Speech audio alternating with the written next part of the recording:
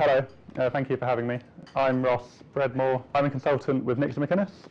We're a social media consultancy based just over by Churchill Square. There's 20 of us, and we work exclusively with large not-for-profits and FTSE 350 companies. And my day job is looking predominantly after Barclaycard. What I want to do is to kind of show you some examples of people that are doing social media well, at kind of a big level and at quite a kind of a small local level. You know, it's definitely not new anymore. We've been kind of screaming about social media for about the last 4 years, and I think people's kind of level of education about it is moved along a lot. Whether their level of adoption has, that's a different matter, but generally I'm guessing that people are in agreement that social media is something that we kind of should be kind of taking notice of. So social media is amazing because it's doing fundamentally good things. This is the Google crisis response page for the recent Japanese earthquake and tsunami. And this is kind of social media doing what it does best. It's pulling in a whole ton of different diverse information. It's allowing you to kind of go in, you can donate, so if you want to give some money to the cause.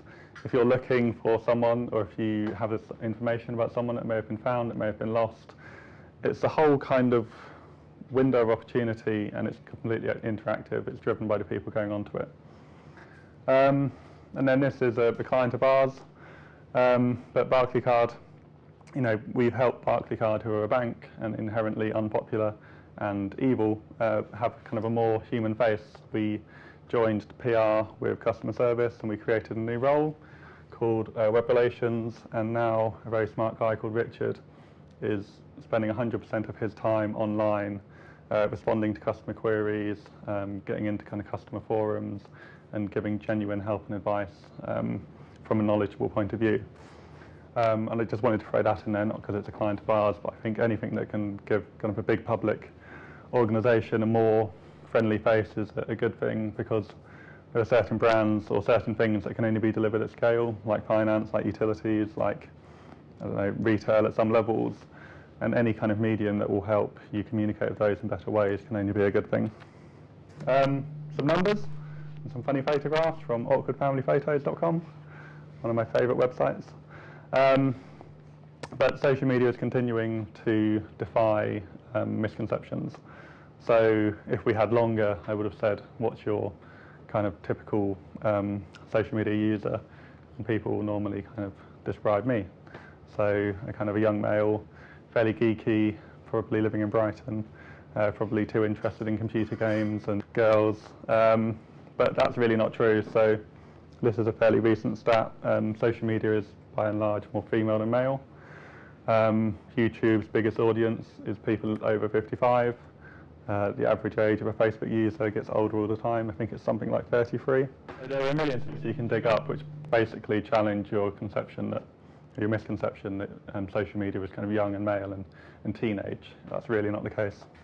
And it's still growing. Social media is getting big all the time. So Twitter, a year on, has gone from 75 million to 175 million. I've got question mark active. That's 175 million registered accounts. The number of people actually using that is going to be much, much lower, but it's still significant. LinkedIn has doubled in the last year. And I thought particularly for a business audience that's interesting, 56% of that 100 million aren't US. And Facebook, 640 million worldwide, 31 million in the UK, so that's half of the UK population registered and active. And then Flickr, gone from 4 to 5 billion images. This presentation has been largely put together with images from Flickr. So that's kind of why social media is still amazing to me. And I wanted to kind of show some examples. Some of these are fairly local, so I don't know if anyone here uses Twitter. It is fairly pointless and annoying, but it's also amazing. And yeah, it's a nice example of a local council. Again, the council is something which is large, cumbersome, inherently kind of dysfunctional, but they've hired a social media officer and they got a fair amount of stick for doing so.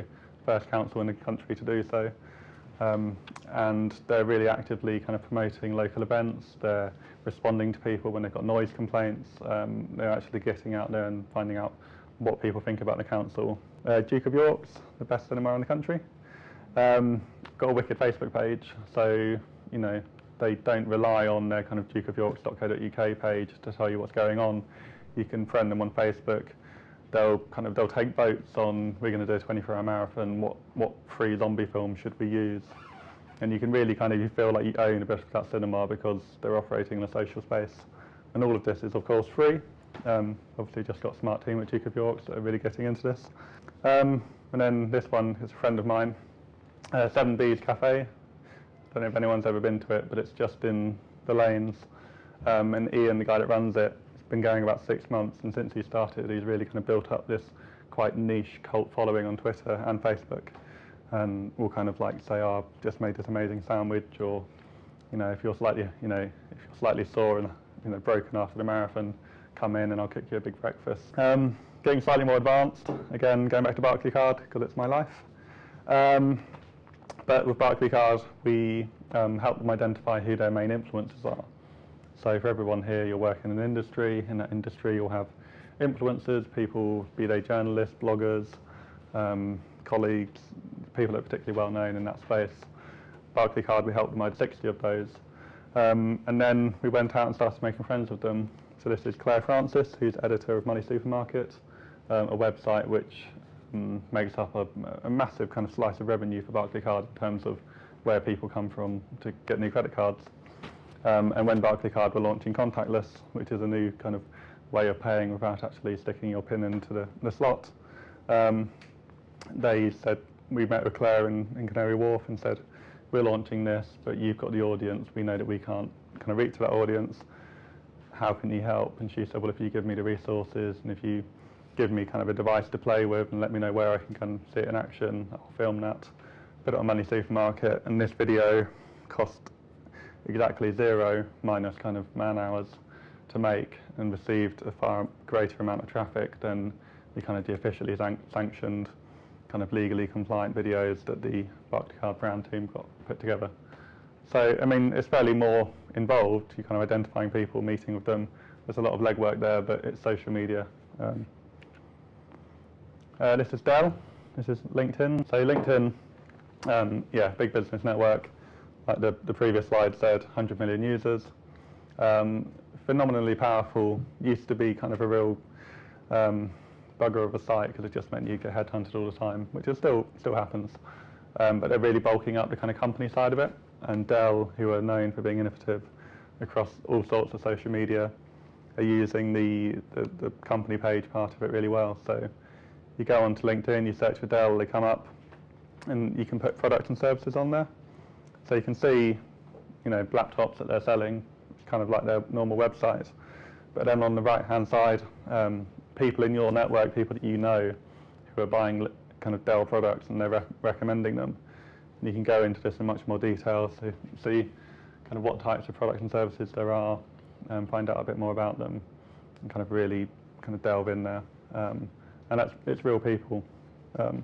I could have thrown in a slide saying that people trust other people more than ever, but I think most people kind of are starting to appreciate that, rather than kind of officially sanctioned brand messaging. I went to a financial innovation conference a few weeks ago, and a guy was talking about traders, commodity traders in the US, who are starting to get wise to social media and are following farmers on Twitter. And there's this kind of really kind of crazy little industry of farmers who have more followers than people that live in the towns in which they inhabit. And they're basically commodities traders kind of getting insider knowledge. So if that farmer goes on, talks about the weather, or what the stock are doing, any problems that they're having, those people can see that instantly on Twitter and kind of adjust their activity accordingly. Which is pretty cool stuff. You can imagine doing that in lots of different other industries. You can kind of judge the performance of a company based on, how hungover, the proportion of their staff were. And people are kind of gaining a lot of kind of insight from social media. So this is kind of a journalist using LinkedIn to see that Kevin Kenny, best name in the world, has moved from one company to go and join Apple, and Kevin works in, I think it's some kind of composite, carbon, that's it, works in carbon, and he's joined Apple, and so someone can see just from seeing that kind of move on LinkedIn that Apple are looking now into kind of carbon products, which is, you know, Apple don't release any information about what they're doing. They never talk, and they never issue press releases or anything.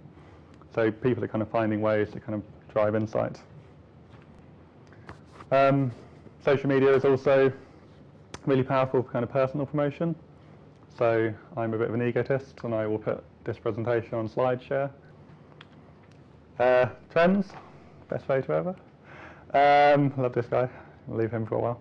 But yeah, so something I do quite a lot in the team. I'm particularly interested in where all of this is going, because obviously this is now, but social media is moving along very quickly. So some trends which I thought would be good for you guys to be aware of.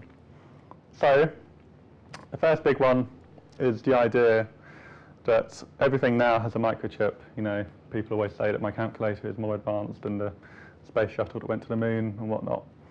And the logical step on from that is that as well as having a microprocessor, it has wireless connectivity. So as well as things being kind of intelligent, they can talk to one another, which is a really mundane, boring idea, but when you think about what that means, if your microwave can talk to your fridge, or I don't know, if your shower could talk to your front door and turn itself on the minute you kind of came into the house, or if if you could ask your keys where you had lost them, you could do some kind of pretty phenomenal stuff. And this is the most mundane example ever. So don't let the but this is a plant which talks to the internet, and it's just kind of a concept really. But this plant has a kind of a chip in it which measures humidity, and so it lets the world know when it needs to be watered and when it's been overwatered. But you can see, similar to P.O.S.T, so Red Ferries and Tower Bridge. This one's particularly interesting. It's a ferry company, and the ships will tell Twitter when they're kind of coming in and out of port. So if you're a fisherman or you work in kind of maritime type industry, that's interesting. There's a lot of ones which are tied to Richter meters. So when I think it was in Haiti, some of the aftershocks happened, the first that the Western world knew of it was through Twitter. So there are lots of ways that you can kind of automate things and make it exciting. And it's basically, it's a bit like Terminator. It's kind of machines talking to machines, or machines talking to the world, which is terrifying and exciting at the same time. And then by 2020, estimated there'll be 16 billion internet-enabled devices. That's more than there are human beings, so it's kind of cool. So that's trend number one, machines